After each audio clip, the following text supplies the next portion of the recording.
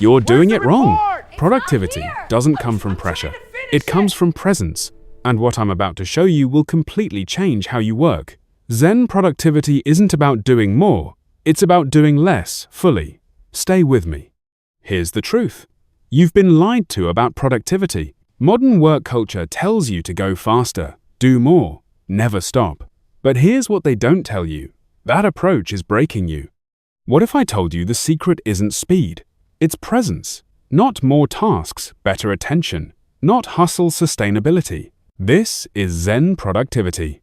And by the end of this video, you'll know exactly how to use it. Let's dive in. Section 1. What Zen productivity really means. Principle number 1. Presence over speed. Here's what most people get wrong. They think Zen productivity means working slowly. It doesn't. It means working with complete intention. Let me show you the difference. Imagine you have 10 tasks. Most people scatter their attention across all 10, thinking about the next one while doing the current one. Their brain is everywhere. Their work? Mediocre. Zen productivity? You give task number 1 your complete attention. Not 80%, not 95%, 100%. Then you move to task 2. In Zen philosophy, there's a phrase, Ichigo Ichie, one time, one meeting. This moment will never exist again. When you bring that awareness to your email, your meeting, your project, everything transforms. You're not just productive, you're present. And presence? That's where mastery lives. Which brings us to Principle 2. Section 2. One task, one moment. Stop multitasking. Right now. I know you think you're good at it. You're not. Nobody is. Science proves this multitasking can drop your productivity by 40%. 40%. That's almost half your day wasted. Here's what's really happening. Every time you switch tasks, your brain leaves attention residue behind. Part of you is still thinking about the email while you're in the meeting. You're never fully anywhere. In Japan, master craftspeople, shokunin, dedicate themselves completely to their work. A sushi chef doesn't check his phone while preparing rice. A potter doesn't scroll while shaping clay. That's not because they're old-fashioned. It's because they understand something crucial. Single tasking is respect. Respect for the work. Respect for the moment. Respect for yourself. Try this tomorrow.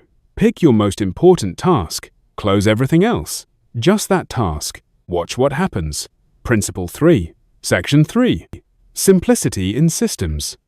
In Zen aesthetics, there's a principle called kanzo simplicity. Remove what's unnecessary. What remains becomes clearer, stronger, more effective. This applies directly to your productivity systems. Many of us collect productivity tools like, they're going to solve our problems. 5 apps for task management, 3 calendars, dozens of browser tabs, endless notifications. But more tools don't create more clarity. They create more noise. Zen productivity asks, what's the minimum you need to work well? Maybe it's 1 task manager, 1 calendar, 1 notebook. Fewer inputs mean less mental clutter, which means better output. Simplify your systems. Let the work speak, not the tools. Section 4. Rituals that anchor focus. Here's something powerful. In Zen practice, rituals aren't empty routines. They're intentional acts that prepare the mind and signal transitions. Think of the tea ceremony. Every movement has purpose. The ritual is the meditation. You can bring this into your workday. Start your work with a clear ritual. Maybe you brew tea in silence. Maybe you write 3 things you'll focus on today. Maybe you take 3 deep breaths before opening your laptop. The specific ritual doesn't matter. What matters is consistency. Same time, same place, same action. Rituals create psychological anchors. Your brain learns, this is when we focus. This is when we work.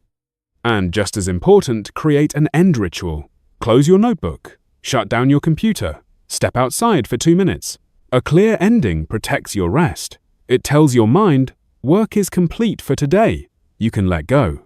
When you honor these boundaries, your focus during work hours sharpens dramatically. Section 5. Stillness before action. Now, here's a practice that seems counterintuitive but is incredibly powerful. Before you dive into your task, pause, just for a moment. In Zen, there's a saying, when walking, walk. When sitting, sit. Above all, don't wobble. Most of us wobble constantly. We're already thinking about the next thing before we've even started the current thing. Try this. Before beginning any significant task, sit still for 30 seconds. Not meditating, not preparing, just sitting. Let your mind settle like mud in water. When you begin from stillness, your attention is sharper, your decisions clearer, your work cleaner. Stillness before action isn't wasted time. It's the foundation that makes everything else possible. Section 6. Sustainable pace. Finally, let's talk about pace. Zen productivity isn't about one explosive day of work. It's about work you can sustain tomorrow, next week, next year. In Japanese culture, there's a concept called hara hachi bu, eat until you're 80% full. It's a practice of moderation that promotes long-term health. Apply this to your work. Stop before exhaustion. Leave something in the tank. When you push until you collapse, you can't show up tomorrow with the same quality. You burn out. Your work suffers. Your life suffers. But when you work at a sustainable pace, you create consistency. And consistency, over time, produces extraordinary results. Work that continues tomorrow is better than work that ends today. So, Zen productivity. It's not slow. It's intentional. It's not lazy. It's sustainable. It's not about doing less work. It's about doing better work. Presence over speed. One task at a time. Simplified systems. Anchoring rituals. Stillness before action. Sustainable pace. Calm creates clarity. Clarity creates results. When the mind is still, the work moves. Comment below. What's one habit you're going to simplify this week? And if you want more insights on calm, Japanese-inspired time mastery, subscribe to Jikan. See you in the next one.